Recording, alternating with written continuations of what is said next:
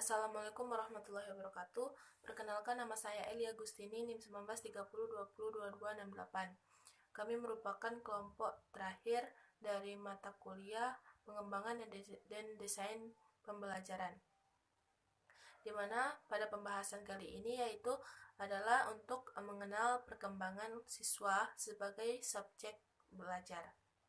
Baiklah, saya akan membahas penjelasan yang pertama.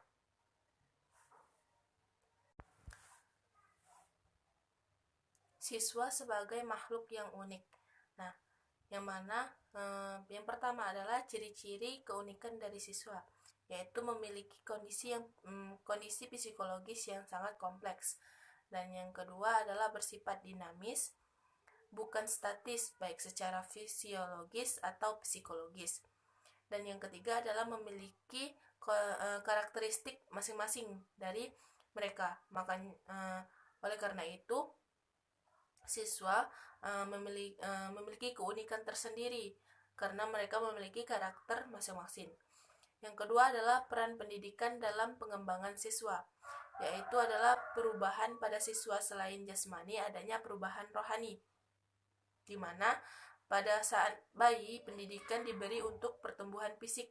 Lanjut ke jenjang selanjutnya atau balita, itu pengembangan, yaitu adalah mengembangkan daya cipta dan keberanian.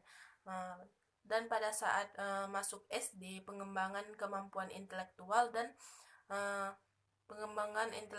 dan selanjutnya anak akan berkembang pada kemampuan yang abstrak. Di masa ini, siswa didorong untuk kritis, logis, kreatif, serta bertanggung jawab. Sekian dari penjelasan dari saya, akan dilanjutkan oleh teman-teman kelompok lain. Terima kasih. Wassalamualaikum warahmatullahi wabarakatuh. Assalamualaikum warahmatullahi wabarakatuh.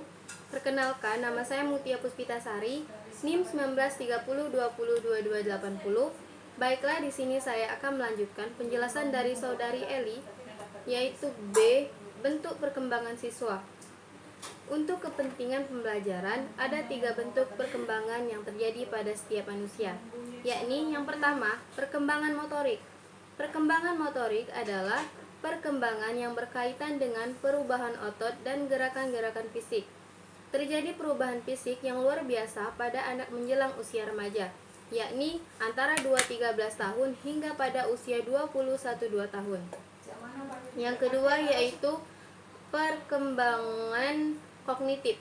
Perkembangan kognitif adalah perkembangan yang berkenaan dengan perilaku mental seseorang yang meliputi pemahaman, pertimbangan, pengolahan informasi, dan pemecahan masalah.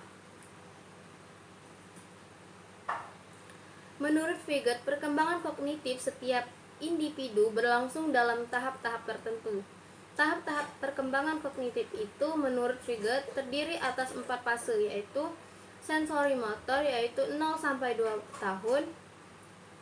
Yang B, pro-operasional 2-7 tahun. Yang C, operasional konkret 7-11 tahun. Dan yang D, operasional formal 12-14 tahun ke atas. Mungkin itu saja yang bisa saya sampaikan. Sekian, terima kasih. Wassalamualaikum warahmatullahi wabarakatuh. Bismillahirrahmanirrahim. Perkenalkan, nama saya Evi Yuliasari, NIM saya 1930202294. Saya di sini akan melanjutkan penjelasan tentang penerapan setiap aspek perkembangan dalam pembelajaran. Yang pertama yaitu melatih kemampuan dan perkembangan fisik. Perkembangan fisik ini berkembang secara bertahap. Proses pendidikan yang mengikuti perkembangan anak yang dimiliki oleh setiap anak itu sebagai modal dasar untuk perkembangan yang selanjutnya. Kemudian ada yang kedua yaitu perkembangan aspek kognitif. Aspek kognitif ini berkaitan dengan konsep intelektual atau kemampuan intelektual, yaitu kemampuan anak untuk mengolah otaknya untuk berpikir. Kemudian ada teori otak, yaitu 3-in-1. Di sini menyebutkan bahwa otak manusia ini terbagi menjadi 3, yaitu otak paling sederhana, kemudian ada sistem limbik, kemudian ada neokortex. Nah, Yang pertama adalah otak sederhana ini bertugas untuk mempertahankan diri. Kemudian sistem limbik ini adalah organ tengah yang memiliki peran besar dalam hubungan manusia dengan emosi. Kemudian ada new cortex, yaitu otak yang paling tinggi tingkatannya. Otak ini memiliki fungsi seperti mengembangkan kemampuan berbahasa, kemudian berpikir abstrak, kemudian merencanakan ke depan dan berkreasi. Kemudian ada beberapa hal yang dijadikan panduan dalam menerapkan teori perkembangan kognitif ini untuk pendidikan anak, seperti yang pertama yaitu gunakan pendekatan konstruktif, kemudian ada fasilitasi mereka untuk belajar, kemudian ada pertimbangan pengetahuan dan tingkat pikiran anak. Kemudian ada gunakan penilaian terus-menerus. Kemudian ada tingkatkan kemampuan intelektual murid. Dan yang terakhir yaitu yang nomor 3, yaitu pendidikan moral siswa. Pendidikan moral ini merupakan bagian yang tidak terpisahkan dalam proses pendidikan.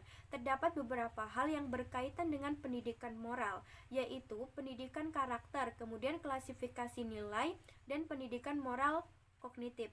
Pendidikan karakter merupakan pendidikan yang bersentuhan langsung dengan pembentukan moral anak. Pendidikan karakter adalah proses mengajari anak dengan pengetahuan moral dasar untuk mencegah mereka melakukan tindakan-tindakan yang tidak bermoral, yang membahayakan dirinya sendiri, seperti perilaku berbohong, menipu, dan mencuri, dan sebagainya.